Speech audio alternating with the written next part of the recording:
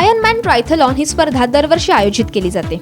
मुळातच शुभम हा विविध खेळांमध्ये तरबेज असल्यानं त्यानं या स्पर्धेत सहभागी होण्याचं ठरवलं होतं। 4 किलोमीटर नदीत पोहणं, त्यानंतर 180 किलोमीटर सायकलिंग आणि शेवटी 42 किलोमीटर धावणं असं या स्पर्धेचं स्वरूप असतं। हे तीनही क्रीडा प्रकार 17 तासात पूर्ण करण्याचं आव्हान असतं। शुभमनं मात्र 14 तासातच आपली कामगिरी पार पाडली। शुभमनं नुकतीच 12वीची परीक्षा दिली आहे। 12वीचं वर्ष असूनही अभ्यास आणि स्विमिंग, रनिंग आणि सायकलिंग यात सातत्य ठेवल्यानं तो उत्तुंग यश प्राप्त करू शकलाय। 8वीपासूनच सायकलिंग करायला लागलो, तेव्हा मी माझी पहिली सायकल घेतली नवीन। सो तेव्हापासून ॲडव्हेंचरची भरपूर आवड होती। मग कोल्हापूरमध्ये एक ॲडव्हेंचर रेस असते दरवर्षी, तर मग त्यामुळे सायकलिंग आणि ट्रेकिंग असतं। सो तिकडे मी रेस करायला गेलेलो आणि तिकडचा रेस डायरेक्टर तेव्हा नुकताच ही रेस घेऊन आलेला। सो तेव्हा कळलं की ठीक आहे, अशी एक रेस असते, आयर्नमॅन म्हणून असते, की आपल्याला पण करायची आहे। तसंच स्विमिंग माझं लहानपणापासून होतं आणि सायकलिंग तेव्हा नुकताच चालू केलेलं, त्यामुळे सायकलिंगचा पण जास्त इश्यू नव्हता, पण रनिंगचा भरपूर इश्यू होता। रनिंग मी अजिबात करायचं नाही, त्याला भरपूर प्रिपरेशन करायला लागली आणि मग तेव्हा ठरवलं की आपण पण करायची हे रेस। शुभमने ही स्पर्धा 14 तास आणि 17 मिनिटात पूर्ण केली आहे। 2000 स्पर्धकांमधून शुभमनं हा किताब मिळवलाय। सर्वात कमी वयाचा स्पर्धक ठरलेल्या शुभमनं यापूर्वी Goa triathlon, Mysore half triathlon, Chennai half triathlon यासारख्या स्पर्धांमध्ये सहभाग घेतलाय। सप महाविद्यालयात शिकणाऱ्या शुभमनं 12वी वाणिज्य शाखेची परीक्षा दिली आहे।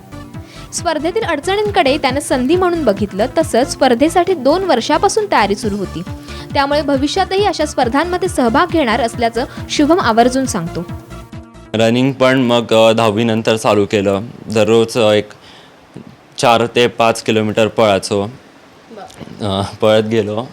मग 10 किलोमीटरच्या टप्प्यापर्यंत पोचलो, 10 मग 15 किलोमीटरला पोचलो। दररोज आपापली प्रॅक्टिस करून केली। मग ठरवलं की 11वी 12वीपर्यंत प्रॅक्टिसच्या ह्याच्यात राहायचं, दररोज प्रॅक्टिसमध्ये राहायचं, कंटिन्युअस करायची। आणि 12वीचा शेवटचा पेपर झाल्यावर मग फुल फॉर्ममध्ये दिवस रात्र प्रॅक्टिस चालू करायची।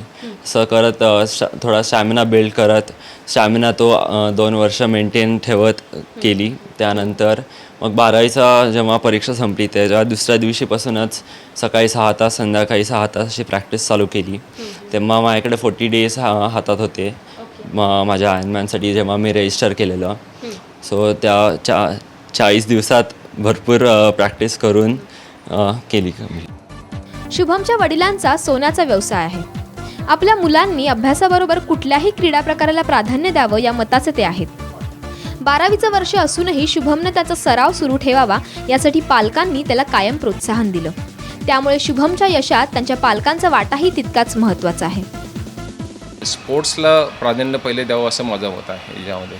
बाकी तर आयुष्यभर नंतर अभ्यास किंवा करिअर ह्या गोष्टी आहेतच, त्या गोष्टी तर त्या पूरक आहेत, पण स्पोर्ट्समुळं ज्या मुलांचा कॉन्फिडन्स किंवा त्यांचं जे डिटर्मिनेशन वाढतं, त्यासाठी प्रत्येकाने ह्या सपोर्ट द्यावा असं ह्या मताचा मी आहे। त्यामुळे मी प्रत्येक वेळी त्याला, मी किंवा माझे मिसेस किंवा माझे बंधू वडील सगळ्यांनी आम्ही त्याला प्रत्येक वेळी त्याला प्रोत्साहन दिलं त्याच्यामध्ये, आणि त्यांनी त्याचा उपयोग केला त्याच्यामध्ये। जागतिक दर्जाच्या या स्पर्धेत शुभमनं उल्लेखनीय कामगिरी केल्यानं भारताचं आणि त्यातही पुण्याचं नाव जागतिक पटलावर झळकलंय। शुभमची मेहनत आणि जिद्द पाहता भविष्यात यशस्वी खेळाडू म्हणून तो नावारूपाला येईल अशी आशा करायला हरकत नाही। कॅमेरामन संपत मोरेसह अश्विनी जाधव केदारी, साम टीव्ही, पुणे।